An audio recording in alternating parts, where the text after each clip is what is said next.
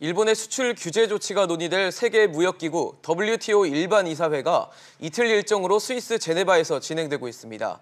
당초 첫날 일본 수출 규제 조치가 논의될 것으로 전망됐는데 시간 관계상 둘째 날로 미뤄졌습니다. 우리나라와 일본은 이제 오늘 다시 만나서 국제 여론전에 나서게 되는데요. 양국이 어떤 논리로 맞서게 될지 전문가와 함께 이야기 나눠보겠습니다. 오늘 이슈단에서도 여러분들의 다양한 의견 들어보겠습니다. 100원의 이용료가 있는 샵 3698 유료 문자로 여러분의 의견 많이 보내주시기 바랍니다. 그럼 도움 말씀 주실 분 소개하겠습니다. 고려대 글로벌 일본 연구원 김영근 교수입니다. 어서 오십시오. 네, 안녕하세요. 교수님, 사실 이제 WTO 이사회에서 어제 이제 논의가 되지 않을까 했던 이 일본 수출 규제 문제가 이제 오늘로 미뤄졌습니다. 일단 일반 이사회에서 어떤 방식으로 좀 논의가 되게 되는지부터 좀 설명해 주시면 좋을 것 같습니다. 네, 그 WTO 일반 이사회는 164개 회원국들이 모여서 세계 무역 관련된 주요 현안들을 안건으로 올리고 논의하는 장소입니다. 네. 2년마다 열리는 강요 회의와는 달리 예. 이건 그 안건이 있을 때마다 열리는데 이 부분에 관해서는 이 강요 회의를 제외하고는 최고의 의사 결정 권한을 갖습니다. 그래서 주로 일반 의사회는 의장이 발언을 상정하고 거기에서 먼저 한국이 발언을 한 다음에 일본의 그 수출 규제 조치에 대한 그런 논의를 안건으로 올리는 과정입니다.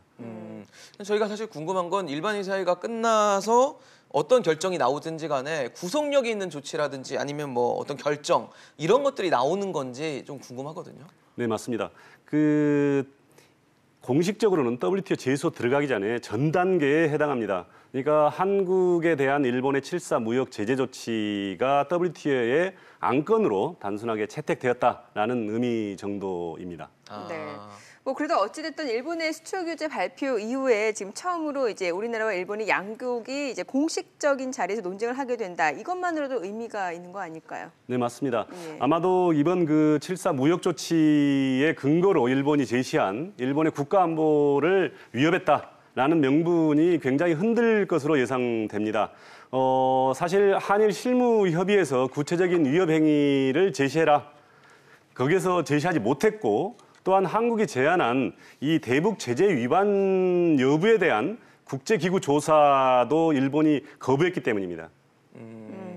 사실 우리 정부는 이번 그 일반 이사회에서 그 일본의 수출 규제의 어떤 부당성과 우리의 정당성에 대해서 호소를 하게 될 것 같은데 우리가 아까 말씀하신 대로 교수님 말씀대로 WTO 제소 뭐 전 단계 정도로 지금 일반 이사회를 말씀해 주셨잖아요. 그랬을 때 이번 이사회 과정을 통해서 우리가 WTO에 제소를 하는 데 있어서 조금 유리한 고지에 서게 된다. 이렇게 봐도 과언이 아닐까요? 네, 맞습니다. 이게 WTO라는 게 국제법의 영역이기도 하지만 정치적인 과정과 양자 간의 교섭 과정이 훨씬 더 중요한 그런 그 절차를 갖습니다. 네. 그래서 이 정치적 해석의 이제 여지를 남겨놓은 입장에서 WTO 분쟁 절차와 또 그리고 그 일본이 들고 나온 안보 위협이라는 부분이 한반도 평화 프로세스와 같이 맞물려 있기 때문에 국제적인 여론전에서는 굉장히 유리하다. 또한 그런 여기에 같은 1조 1항의 차별 조항이라든지 네. 11조 1항의 어떤 수출 제한 금지 조치에 대해서 한국이 일본이 거기에 대한 정확한 증거를 제시하고 특히 일본은 21조의 안보상의 예외 조치였다. 북한으로 흘러가는 부분 자체에 대해서 네. 충분히 증거를 제시하겠다라는 입장을 강하게 내비쳤지만 실제로는 이 부분이 전혀 그 증거 제시가 되지 못하고 있는 상황에서 앞으로의 WTO 절차상의 과정은 한 3, 4년 이상이 소요되겠지만 그래도 한국에서는 유리한 전개 과정을 예상해 볼 수 있겠다라고 생각합니다. 네. 자, 이제 오늘로 화이트리스트 제외 의견 수렴 시한이 끝나게 됩니다. 그렇게 되면 이제 지금 뭐 제2의 경제 보복이라고 불리는 화이트리스트에서 우리나라가 제외되는 가능성이 굉장히 높아지는 거 아닙니까? 사실은 만약에 화이트 리스트 국가, 백색 국가 제외로 당장 이어진다면은 추가 제재 리스트가 없다는 건데요. 이건 일본의 전략적인 선택입니다. WTO 제소 과정에서 제1조 1항에 네. 최애국 대우라는 무차별 조항 원칙에 위배되지 않도록 의도적으로 100세 국가 제외함으로써 27개 국가에 해당해서 추가 제재 리스트를 하게 되면 제소 과정에서 이게 한국에서 차별적인 금수 조치를 단행한 거라는 해석이 가능하기 때문에 아예 100세 국가로 제시한다, 100세 국가에서 빼버린다는 전략인데 사실상 저는 이 부분에 대해서는 선거를 21일 치르고 당장 숨고르기는 당장 지속된다는 겁니다. 숨고르기가 정책을 일본이 제시하지 않는다는 게 아니고 100세 국가 제외가 8월 중순이나 8월 말까지가 기한으로 남아있는데 거기에 대해서는 그런 과정으로 놓고 본다면 8.15 광복절 기념사에 얼마만큼 대일 전략 또는 대일의 일본에 대한 어떤 그런 문재인 정부의 입장을 밝히는 게 굉장히 중요한 어떤 그런 관건이 될 것으로 보입니다. 8.15 광복절이 어떤 분수령이 될 수도 있다라고 보시는 네, 맞습니다. 거군요. 네네. 근데 만약에 이제 최악의 상황을 염두를 해둬야 되니까 화이트리스트에서 제외가 된다라고 하면은 우리 경제에 미치는 그 여파, 기업들에게 미치는 여파는 어느 정도로 예상을 해볼 수 있을까요? 사실은 저는 모든 문제를 재난안전 문제로 생각하고 리스크 매니지먼트를 어떻게 해야 될 것인가라는 입장으로서 최악의 시나리오를 상정하는 것은 당연하다고 봅니다. 그럼에도 불구하고 그 일본 정부가 추가 제재 리스트를 발표하든 또는 WTO 위반에서 벗어나기 위해서 100세 국가에서 제외하든 간에 현재 한국이 처한 입장이 어떤 그 제재 리스트의 서류 심사 유예 기간인 90일을 지금 벌써 7월 4일이니까 약 한 20일 정도가 지났는데요. 그런 부분들을 기다리면서 결국은 한국이 어떤 식으로 미래 성장 동력을 찾고 문재인 정부에서도 제시하고 있듯이 기술 패권을 노리고 있는 과정이 굉장히 중요합니다. 그래서 저는 개인적으로 이 당장은 어렵더라도 한국이 기술 경쟁력을 확보하기 위해서 어떤 그 3.1운동 100주년을 맞이한 대한독립 만세가 아닌 대한기술독립 만세의 플랫폼을 마련했고 국민적인 지지도가 굉장히 높다. 그래서 어떤 일본적인 추가적인 보복을 두려워할 게 아니라 선제적으로 일본을 능가할 수 있는 기술을 개발하고 그런 부분들에 있어서의 어떤 그런 기술의 구속력이 아닌 어떤 탈일본화를 과정을 앞당길 수 있는 계기가 됐으면 좋겠습니다. 근데 사실 어제 이제 이주열 총재가 일본의 수출 규제 영향에 이번 그 경제 성장률에 반영을 안 돼 있기 때문에 수출 규제가 더 악화될 때는 우리 경제 성장률 전망치를 낮출 수도 있다라고 시사를 했거든요. 그 얘기는 우리 경제에 미치는 파급력은 분명히 크다고 부정적인 방향으로 클 수밖에 없다고 판단이 좀 되는데 어떻게 보십니까? 저희 개인적으로 그 경제 성장률이라든지 앞으로 경제 전망치에 대해서는 전문가가 아니어서 그 부분에 대해서는 조금 전에 말씀드렸듯이 미래 성장 동력을 찾자. 그리고 기업의 피해 최소화와 기업 투자 환경을 마련해 주자라는 입장이기 때문에 그 부분에서는 분명히 여파는 대기업뿐만 아니라 어떤 반도체 산업뿐만 아니라 그게 뒷받침을 하고 있는 중소기업까지도 여파가 미칠 것으로 보입니다. 그렇기 때문에 경제 성장률에서는 연동될 것으로 보이고요.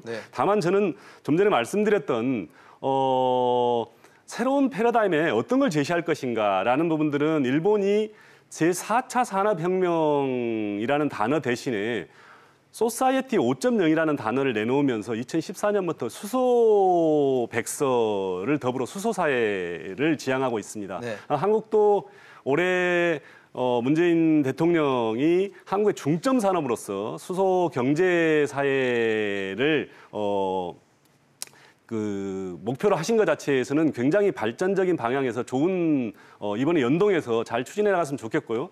다만 제가 7월 4일 발동이 시작된 당일에 일본의 수소 관련된 학술대회에 참석을 했었는데 발표자 상당히 많은 발표자들이 한국의 어떤 한국에 대한 수소사에 대한 일본 산업계는 굉장히 두려워하고 있다는 모습을 보였습니다. 그렇기 때문에 한국이 기술 패권에 뒤지지 않는 캐치업을 할 수 있는 능력이 충분하다. 그러면 그런 걸 생각한다면 당장의 경제 성장률에 연연해 하기보다는 앞으로의 미래 먹거리에 더 중심을 두고 어떤 산업의 지도를 이번 기회에 바꿔놨으면 좋겠다라는 생각이 듭니다. 네. 사실 어제 이제 존 볼턴 보좌관이 1박 2일 일정으로 우리나라를 방문을 했고 또 마침 또 그 중국과 러시아 군용기가 어제 한국과 일본의 그 방공식별 구역을 또 넘나들면서 무력 시위 아닌 무력 시위를 또 벌였거든요. 네네, 네. 그래서 뭐 북중러 대 한미일의 어떤 전통적인 또 이 진영 간의 또 긴장감이 고조되는 거 아니냐는 우려도 좀 있는 것 같아요. 네, 맞습니다. 이건 뭐 동북아시아를 둘러싼 지정학적인 대립의 양상인데요.